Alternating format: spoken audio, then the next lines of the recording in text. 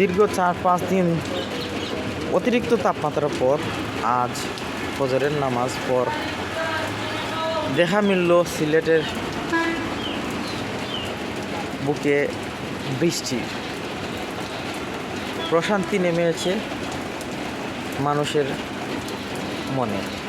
এই বৃষ্টির কারণে কিন্তু অনেক মানুষের মনে প্রশান্তি এসেছে, কারণ আমার নিজেরও এসেছে। এই যে বৃষ্টি দিচ্ছে, বৃষ্টি কিন্তু রহমতের বৃষ্টি। এমনকি আপনাদের যদি বলি, আমি এই দীর্ঘ 3 থেকে 4 দিন যে 40 থেকে 45 সেলসিয়াস তাপমাত্রা ছিল, এই তাপমাত্রার কারণে মাথা ওতে অতিরিক্ত নষ্ট হয়ে গিয়েছিল।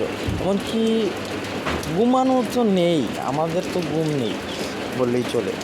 একটু রেস্ট নিতেও অনেক কষ্ট হয়, অতিরিক্ত গরম ভাই। তো অসংখ্য ধন্যবাদ।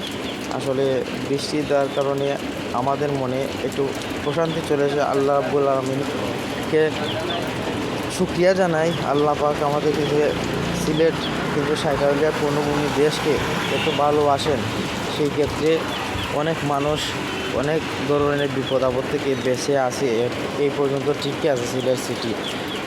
সেই জন্য আল্লাহ পাক রব্বুল আলামিনের কাছে শুকরিয়া জানাই।